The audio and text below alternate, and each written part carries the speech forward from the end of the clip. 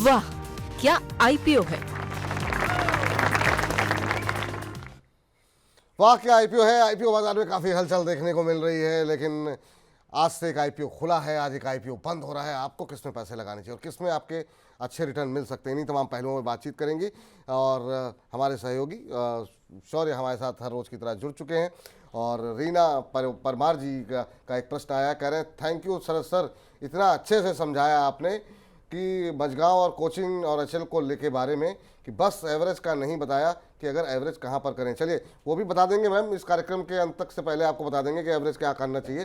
तो शरद जी देख रही है आपकी लगातार फैन फॉलोइंग बढ़ रही है, रीना परिवार जी को सारी बातें समझ में आ गई, खाली एक एवरेज के बारे में जानना चाह रही हैं। लेकिन शरद माफ़ कीजिएगा, आप चले चलते हैं शौर्य के पास और शौर्य से जानना चाहेंगे कि इस समय क्या हलचल प्राइमरी मार्केट के अंदर देखने को मिल रही है।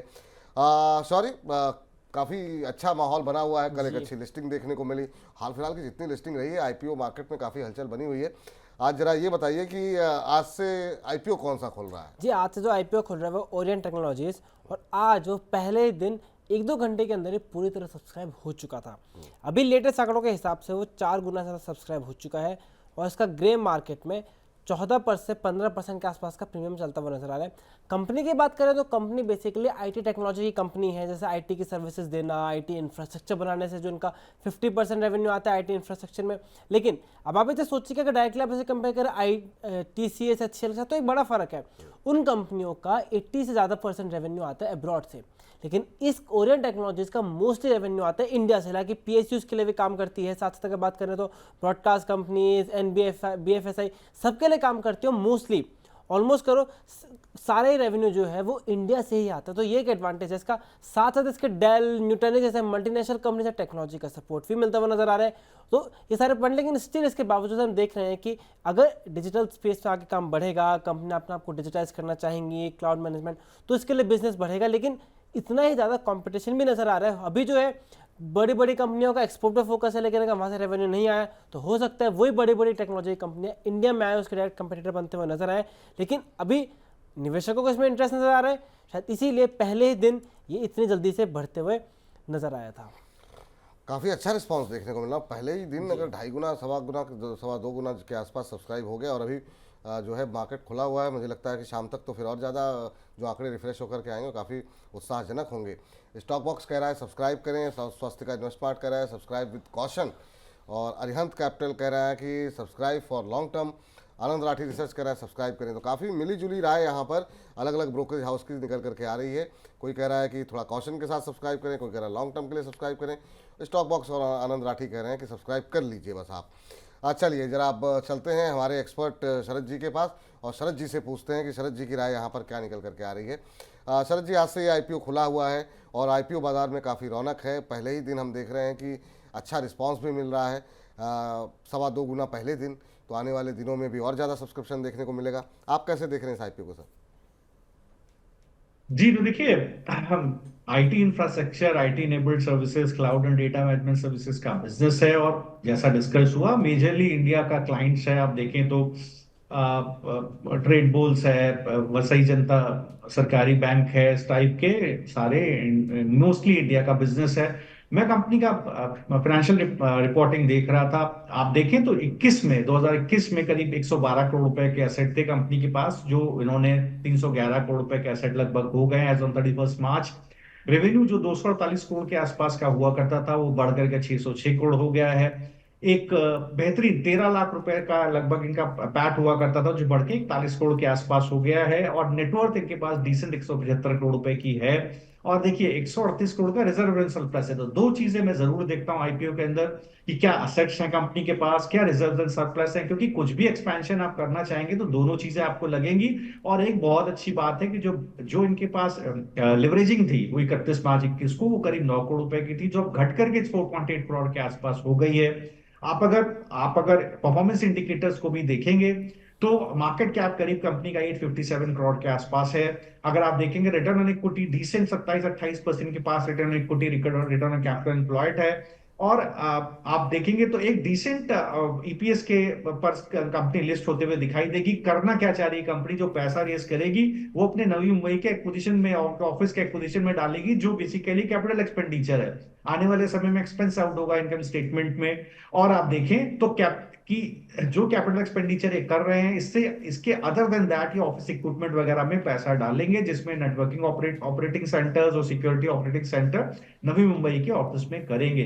तो ये सारी चीजें अच्छी लगती है मुझे। जब किसी भी आईपीओ में कैपेसिटी एक्सपेंशन का डिस्कशन होता है या कैपिटल एक्सपेंडिचर का डिस्कशन होता है, वर्किंग कैपिटल के लिए पैसा यूज नहीं हो रहा है और असेट्स में पैसा अच्छा है, वहां देखिए गैप अप ओपनिंग होती है सर, और वो स्टॉक सस्टेन भी कर सकता है। लेकिन गैप अप ओपनिंग के बाद सस्टेन करता है नहीं करता है, ये बहुत इंपॉर्टेंट होगा देखने का। अभी भी 100 करोड़ रुपए के ऑर्डर बुक कंपनी के पास है, तो निफ्टी चलता होगा तो मेरे ख्याल से स्टॉक भी ऊपर की तरफ चल जाएगा। जिस दिन खुलेगा उस दिन गैप अप होगा विपुल जी, थोड़ा लिस्टिंग गेन होगा।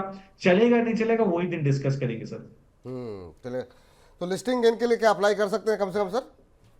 बिल्कुल सर, लिस्टिंग गेन के लिए अप्लाई कीजिए। कंपनी के फंडामेंटल्स ठीक ठाक हैं। ठीक। जब एसएमई आईपीओ से गैप अप ओपन हो रहे हैं, जो ट्रेडिंग कंपनीज हैं, आप देखिए एक साड़ी का बिजनेस लिस्ट होता है, जो ट्रेडिंग कंपनी है वो सर अच्छा लिस्टिंग ठीक उसका सब्सक्रिप्शन हो जाता है, तो ये कंपनी लॉट बेटर है सर, यहाँ पे तो बिल्कुल पैसा डालना चाहिए। बिल्कुल, लिस्टिंग गेन के लिए पैसे के लिए आप जो है निवेश करिए, यहाँ पर पैसे लगाइए। और चूंकि आज ही 2 गुना सब्सक्राइब हो गया, मिलेगा कि नहीं मिलेगा ये आपकी किस्मत के ऊपर है। लेकिन हाँ, लिस्टिंग के बाद क्या करना होगा, इसके लिए लिस्टिंग के दिन जरा सवाल आप लोग हमें अवश्य जो है सुबह से भेजते रहिएगा। और इसी कार्यक्रम में हमारे साथ अगर शरद जी को कोशिश करेंगे जिस दिन लिस्टिंग होगी कि उनको आमंत्रित करने की, और जानने की कोशिश करेंगे कि लिस्टिंग के दिन किस तरह की रणनीति होनी चाहिए। क्या सेकेंडरी मार्केट से भी खरीद सकते हैं जिनको अलॉटमेंट नहीं हुआ है, या फिर किस भाव पे प्रीमियम, कितने प्रीमियम पर लिस्ट हुआ है, ये तमाम चीज़ें महत्वपूर्ण होती है जब आप कोई कॉल लेते हैं कि अभी लिस्टिंग के बाद क्या करना है। तो उस दिन हमें सवाल भेजिएगा।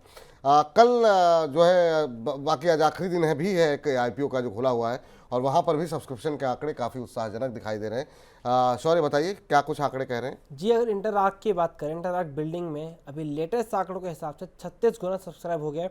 इसमें रिटेल का सब्सक्रिप्शन है 15 गुना, हाई नेटवर्थ इंडिविजुअल को देखें तो 96 टाइम सब्सक्राइब हुआ है, और क्वालिफाइड इंस्टीट्यूशन बायर्स भी 28 गुना के आसपास सब्सक्राइब कर चुके हैं। यानी अभी अगर नज़र डालें तो सबसे कम सब्सक्रिप्शन रिटेल कोटा का ही होते हुए नजर आया है 15 गुना। लेकिन ग्रे मार्केट प्रीमियम पर नजर डालें तो 40% के आसपास ग्रे मार्केट का प्रीमियम चल रहा है। चलिए 40%, और कितना बताया आपने? सबसे कम हुआ है 15 गुना है रिटेल का सबसे कम 15 गुना है। तो ये आप देख सकते हैं कि अगर सबसे कम 15 गुना है तो फिर बाकी स्थिति क्या होगी। अब इसमें आपको कितना मिल पाएगा अलॉटमेंट, ये फिर काफ़ी मुश्किल होता है। और आज आखिरी दिन है तो अभी देखिए अभी शाम तक ये आंकड़े कहाँ तक पहुँचते हुए दिखाई देंगे। इंटरआर्क बिल्डिंग प्रोडक्ट्स आईपीओ पर ब्रोकर्स की राय यहाँ पर क्या कुछ कह रही है वो जरा देख लेते हैं। और इसके मैनेजमेंट से भी हमने बातचीत की हुई है, अगर आप सुनना चाहते हैं तो 1-2 दिन पुराना हमारा वाक्य आईपीओ सेगमेंट देखिएगा, और वहाँ पर क्या कुछ कंपनी की विस्तार योजनाएं हैं वो भी आपको सुनने को मिल जाएंगी। स्वास्थ्य का इन्वेस्टमार्ट कह रहा है सब्सक्राइब कीजिए, आनंद राठी कह रहे हैं लंबी अवधि के लिए सब्सक्राइब कीजिए, एसबीआई सिक्योरिटीज़ कह रहे हैं सब्सक्राइब कीजिए, रिलायंस सिक्योरिटीज़ कह रहे हैं सब्सक्राइब कीजिए। तो यहाँ पर ऑलमोस्ट जो है ज़्यादातर लोगों का मानना है सब्सक्राइब करने की सलाह दी जा रही है। सर, आईपीओ का आखिरी दिन है आज, अभी भी 1 घंटे का समय बाकी है। जो लोग निवेश करना चाह रहे हैं क्या अभी भी अप्लाई कर सकते हैं? जी सर, देखिए बेहतरीन, अगर आप एंकर बुक देखिए आपको देख के बड़ा अच्छा लगेगा। अगर आप कंपनी को भी देखिए, मुझे याद पड़ता है हम लोगों ने आईपीओ कवर किया था डी डेवलपमेंट का, विपुल जी। जिस कंपनी में देखिए कैपेसिटी स्ट्रांग होती हैं, वहां पर और पोटेंशियल आउटपुट के आसपास ही कहीं ना कहीं सेल हो रही होती है, वो कैपेसिटी एक्सपेंशन के लिए पैसा रेज करते हैं, वहां मजा आता है पैसा डालने में, और वहां पर लिस्टिंग गेन भी होता है, स्टॉक चलता भी है। आप देखिए कंपनी के पास 1,40,000 मेट्रिक टन का सेकेंड हाईएस्ट इंस्टॉल कैपेसिटी है। ये बेसिकली पीईबी प्लेयर है। पीईबी मींस होता है pre engineer steel building, means पहले से ही बने बनाए स्ट्रक्चर्स होते हैं। इसमें आप एवरेस्ट इंडस्ट्रीज, पेन्नार इंडस्ट्री वगैरह को काम करता हुआ देखेंगे। कंपनी के अगर आप क्लाइंट्स को देखेंगे तो Grasim Industries, Berger Paints, Blue Star Climatech, Timken, ये सारी कंपनियां इसकी क्लाइंट्स हैं। अगर आप देखेंगे तो लंबा चौड़ा इसका कई जगह पर फैसिलिटीज हैं कंपनी की, तमिलनाडु, पंतनगर वगैरह में, उत्तराखंड वगैरह में। और कंपनी के फाइनेंशियल्स में देख रहा था, असेट करीब आप देखिए 750 करोड़ रुपए के आसपास के असेट्स हैं। अगर आप रेवेन्यू देखें तो डिसेंट 1300 करोड़ रुपए के आसपास का रेवेन्यू है, अच्छा खासा 86 करोड़ का प्रॉफिट आफ्टर टैक्स है, 262 करोड़ की नेटवर्थ है कंपनी की, अब बोरिंग है मात्र 3.36 करोड़ रुपए की। इसी वजह से आप एंकर बुक देखिए, बेहतरीन नाम उसके अंदर आपको दिखाई देंगे। अगर आप परफॉर्मेंस इंडिकेटर्स को देखेंगे तो रिटर्न ऑन इक्विटी 20% के आसपास है, रिटर्न ऑन कैपिटल एम्प्लॉयड 25% के आसपास है, डेट टू इक्विटी है ही नहीं सर, क्योंकि डेट है ही नहीं बुक के ऊपर। तो यही चीज देखिए अच्छी है। अगर आप देखें तो करीब 60 के ईपीएस पे थोड़ा महंगा हो सकता है, लेकिन फिर भी बाजार आप महंगा सस्ता नहीं देख रहा है। कंपनी कैपिटल एक्सपेंडिचर करना चाहती है, नया कैपेसिटी डालना चाह रही है पीईबी मैन्युफैक्चरिंग का, अगर आंध्र प्रदेश के अंदर। इसके अलावा कैपिटल एक्सपेंडिचर करके जो किच्चा मैन्युफैक्चरिंग फैसिलिटी है उसको अपग्रेड करना चाह रही है। तमिलनाडु में मैन्युफैक्चरिंग फैसिलिटी है, पंतनगर मैन्युफैक्चरिंग फैसिलिटी है, उसको अपग्रेड करना चाह रही है। कुछ पैसा इंफॉर्मेशन टेक्नोलॉजी में डालना चाह रही है। सारी चीजें मुझे बहुत पसंद आती है विपुल जी। देखिए, कैपेसिटी एक्सपेंशन का मतलब ये है कि आपका डिमांड है माल की। अगर डिमांड होगी माल की तभी कंपनी कैपेसिटी एक्सपेंशन करेगी, क्योंकि कोई भी नहीं चाहेगा पोटेंशियल आउटपुट के 100% पर प्रोटेक्शन हो। तो देखिए, यहाँ पर बिल्कुल बाय है सर, बिल्कुल उसको बाय करिए, लिस्टिंग गेन के लिए भी करिए, और मुझे लगता है आने वाले समय में स्टॉक चलना भी चाहिए। ठीक सर, लिस्टिंग गेन के लिए भी अप्लाई करें, अब आगे भी अप्लाई करें, तो ये यहाँ पर अच्छी राय यहाँ पर निकल करके आ रही। तो अगर आप लोगों ने पैसे लगा दिए हैं तो अच्छी बात है, जिन लोगों ने नहीं लगाए हैं वो अप्लाई कर सकते हैं। लेकिन हाँ, मिलना थोड़ा आईपीओ थोड़ा मुश्किल होगा, क्योंकि वो काफ़ी ज़्यादा सब्सक्रिप्शन के आंकड़े बढ़ते हुए दिखाई दे रहे हैं। नीतू त्यागी जी का सवाल है, फर्स्ट क्राई का आईपीओ अलॉटमेंट हुआ है, क्या करना चाहिए? सर अगर संक्षेप में टिप्पणी कर दें फर्स्ट क्राई को लेकर के। नीतू जी जानना चाह रही हैं क्या अभी होल्ड करें, क्योंकि अभी तक इन्होंने बुक नहीं किया है प्रॉफिट, या फिर अभी निकल जाएँ, क्या स्ट्रेटजी होनी चाहिए? हालांकि जी चार्ट तो से ज़्यादा देखिए, अवेलेबल है जी। जी मैं कोशिश करूंगा, अगर मुझे चार्ट देखने को मिले तो मैं चलिए थोड़ा कोई सा बात उसकी नहीं, तब तक हम कोशिश एसएमई पे करूंगा। जरा सॉरी जरा बताइए जी, जरा एसएमई क्षेत्र को लेकर ऐसे में के। क्षेत्र में दो आईपीओ डिस्कस कर लेते हैं, दोनों में काफ़ी अच्छा रिस्पॉन्स है। पहला है फोरकास्ट स्टूडियोज, वो टोटल 151 टाइम सब्सक्राइब हो चुका है, और 80 रुपीज़ के ऊपर से 83 रुपीज़ का जीएमपी मिल रहा है, यानी 103% का जीएमपी।